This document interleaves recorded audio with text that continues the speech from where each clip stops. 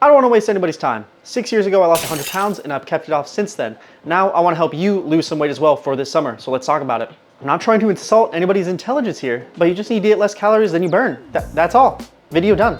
That was quick. That was easy. Okay, maybe not done, but it literally does not matter what you eat, the diet you follow, the exercise plan you do, the supplements you take, that are legal at least, of course. As long as you're in a calorie deficit, you're going to lose weight. Calorie deficit equals weight loss. You could literally eat sticks of butter and lose weight. As long as you're eating in a calorie deficit, literally doesn't matter. Is it super healthy? No, but you'll probably still lose weight, which is the crazy thing. Y'all need to stop overcomplicating this. It's not very difficult, and I know you know this, but I'm just trying to, why am I so mad? I'm not mad. You don't need a new diet. You just need something that you can actually stick to for a change. Okay, so how are we gonna obtain this magical calorie deficit that I was just explaining to y'all about? Well, it's gonna take a little bit of work on your end, but I'm assuming since you're watching YouTube videos, you're willing to put in that little bit of extra work.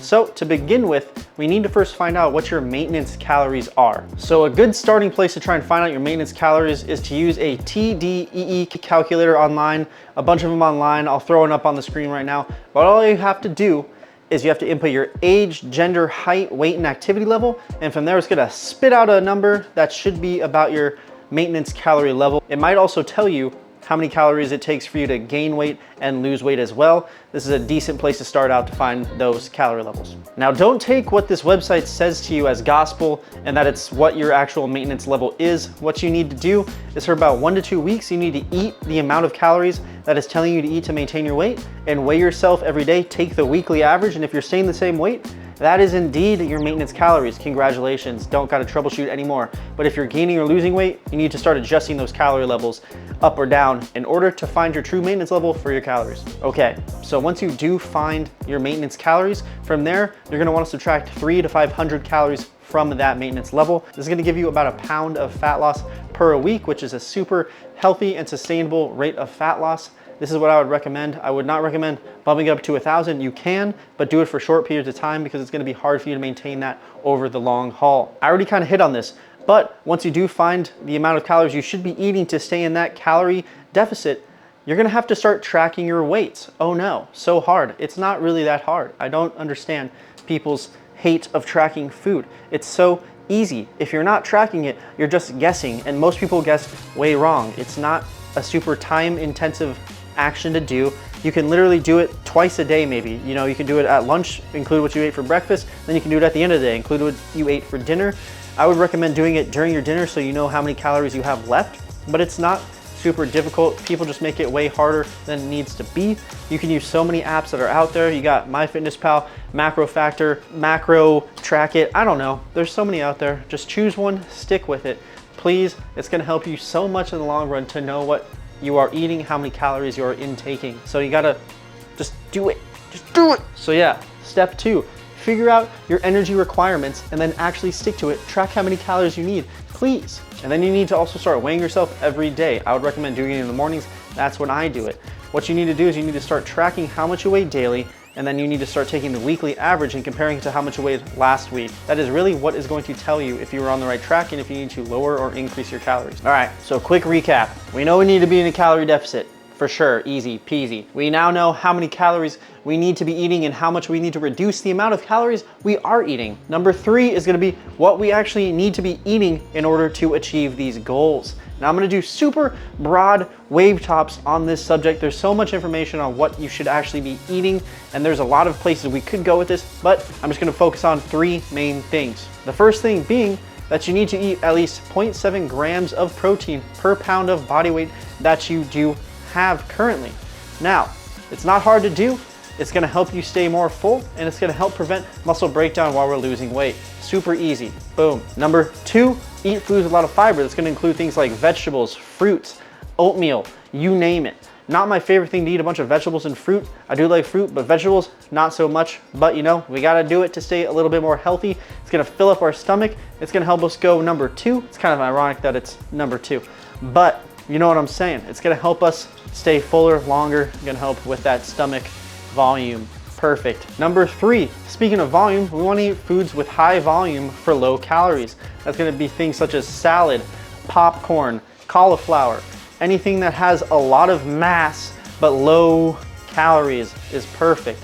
There's a lot of like healthy food hacks that you can do for this. A lot of recipes out there that are low calorie for high volumes. You know, Greek yogurt's also great. You got things such as Healthy Pop, super good. Don't sponsor the channel. Who cares? But yeah, there's just a lot of foods that you can eat, very voluminous in quality, and that will help you stay fuller longer while not filling you up with a bunch of calories. Easy peasy and lemon squeezy. So in summary, high protein plus high fiber plus volume equals satiety. Now don't crash a diet. Follow these rules because you're gonna need energy in order to complete the workouts that we're about to talk about. Moving on to number 4, exercise strategy. Once again, we're gonna be hitting broad strokes, wave tops only. But I just wanna make it a clear point that losing weight is 85% nutrition, 15% exercise, if that. So this is just gonna be the cherry on top of that diet that you are now going to follow. Another key point is if you're trying to lose weight, gain weight, get smaller, get bigger, hug harder, hug softer, I don't know. You need to be lifting weights. We want to prevent muscle breakdown from happening, right? I know I do. Nobody wants to look deflated. So we all need to be lifting at least 3 to 5 times per week. And if you're a beginner, you could probably even get away with 2 days a week. But make sure that you make it a point to get into the gym and actually exert yourself and try and get stronger. Now for the exercise program that you want to be doing, that could be a whole nother video by itself. And I really don't have the time to go into it right now, but I can always make another video for that if you so want me to.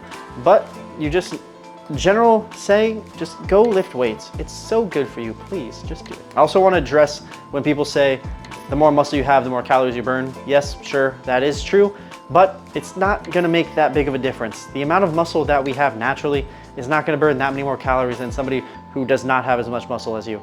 It's not a huge factor. That's not why we're lifting weights. We're just lifting weights to get stronger, more functional, more healthy joints. It's gonna be better for us in the long run. That's why we're lifting weights, not to have more muscle to burn more calories. The effects of that is so small. And another great thing is while we're lifting weights, we're out of the kitchen, so we're not making bad mistakes and stuffing our faces full of delicious food. I'd also recommend throwing in some cardio sessions during the week. And I don't care what type of cardio you're doing, whether it be running, elliptical, biking, swimming, walking, all of it's great. If you're just first starting out, no need to do it. As I said, diet is 85% of this whole thing, if not more.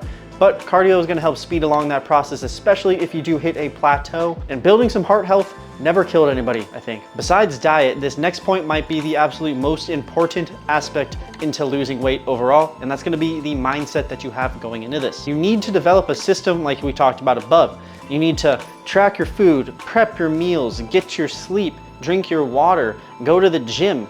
You need to do all of these things in order to make sure that you are staying on track, which is super easy in theory, but super hard in practice. Trust me, I know, I've lost weight before. It's not a super fun process, but I can promise you it is so worth it. And we're all gonna mess up. It's part of being a human. I've made so many mistakes in my weight loss journey. It is absolutely insane. I wanted to cheat every single day, and some days I did. I'm not even gonna lie, some days I did.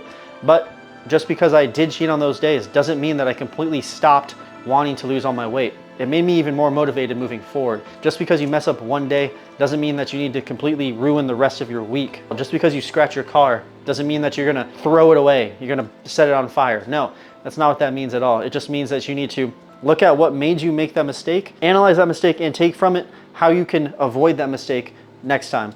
That's all it means. You just gotta learn from your mistakes and keep moving forward. It's part of the game. This is a lifelong journey that you're taking. It's not a summer of 2025 challenge. This is your life that we're talking about. And so it's super important that when you do make those mistakes, just keep on moving along. But that brings me to consistency over perfection always. We're never gonna be perfect, but we can always be somewhat consistent. And don't be consistently inconsistent. Actually choose something and stick with it, please. You gotta make it easy for yourself to succeed. Keep bad food out of the house, get your sleep, set alarms for when your meals should be or when they shouldn't be or when you need to go walk, and make goals for yourself that you can actually achieve. All right, so let's recap what we talked about. First, we gotta be in a calorie deficit. We gotta track the food that we're eating and know how much we actually need to eat. We need to eat the correct foods with high protein, with fiber, and that are gonna satiate us. We need to find an exercise strategy that we're actually gonna enjoy and stick with. And we need to build consistent habits in our life. Oh, that's crazy. Where'd the 6th point go? That's weird. It was the bonus point, which is probably gonna help you maybe lose the most amount of weight, which is liking and subscribing if you found any value in this video. All right, but to wrap it up, that is actually how you're going to lose weight. That was just the broad wave tops of how to do so. It's a journey, trust me, it's not gonna happen all at once. but it is something that is gonna be one of the most rewarding processes that you ever will have in your life. Seeing the changes visually in the mirror is so motivating, and I highly recommend you do so to be a little bit more healthy and to live a little bit better of a life. Forget the trends on losing weight. Those are just gonna be fads, they're gonna fade, and once you're done with it, you're gonna gain the weight back. I promise you, make the life choices and habits that are gonna actually stick with you and help you stay healthy forever. So until next time, hope you all enjoyed. See you later.